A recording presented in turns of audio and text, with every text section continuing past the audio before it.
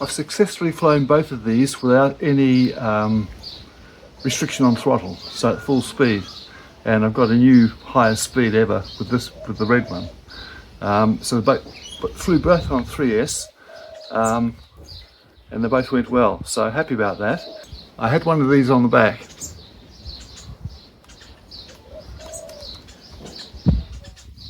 and it came off, so I had to evoke GPS rescue for real to bring the drone back, which was very successful.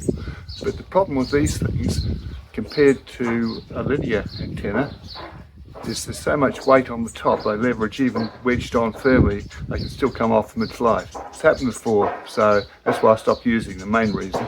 Also, I don't think they give any better performance compared to a fairly ordinary linear antenna. So I'll follow this up with the video, 60 frames per second video recorded on the sky zones.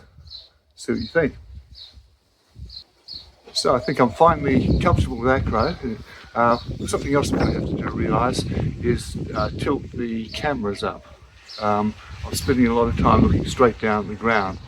So live and learn and just keep making adjustments.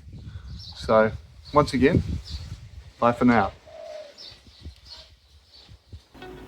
Happy with a nice smooth takeoff and a good clear video signal.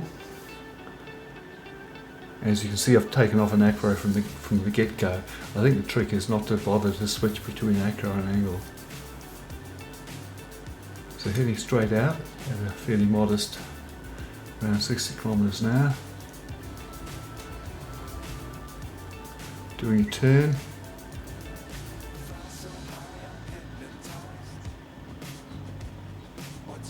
Already, of course, I noticed that to keep the speed up, you have to tilt it forward a bit, and quite clearly I need to revise the way I mount the camera, so the camera, when it's sitting level, is pointing up, so that when the nose is down I'm still looking further ahead.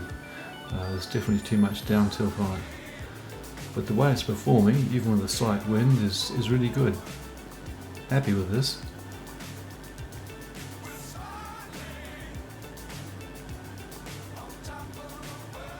So this is a spot I've flown many times before.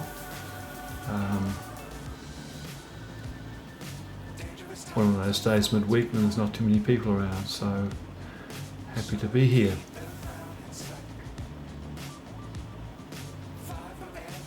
And that's the first indication of a bit of interference. And this is where I really pick up speed, hit my maximum speed, so pleased with this. As I say,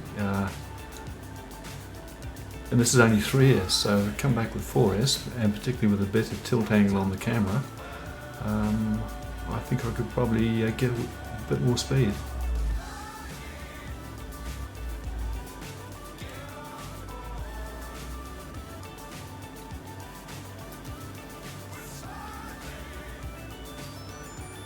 So apart from the video being a little bit patchy and getting bars occasionally like that, I was reasonably happy to this point.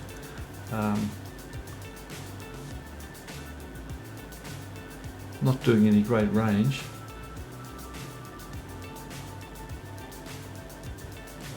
It's a pretty small reserve really.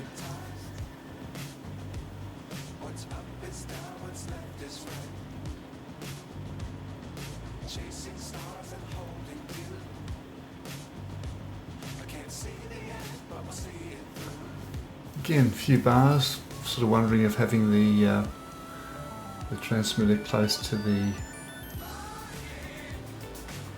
main power leads from the battery to the board is contributing.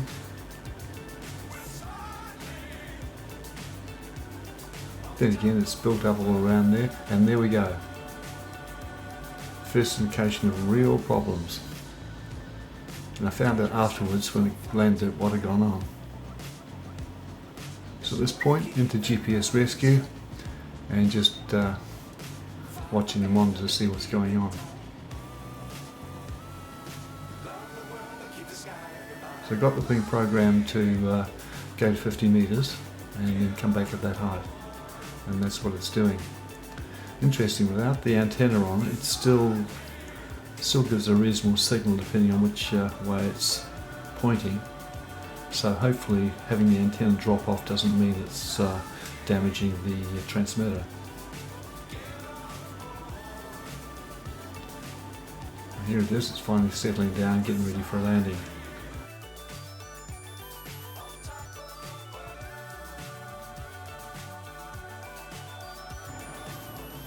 I was so moderately stressed by this that I forgot to disarm it, which is why I don't get stats at the end.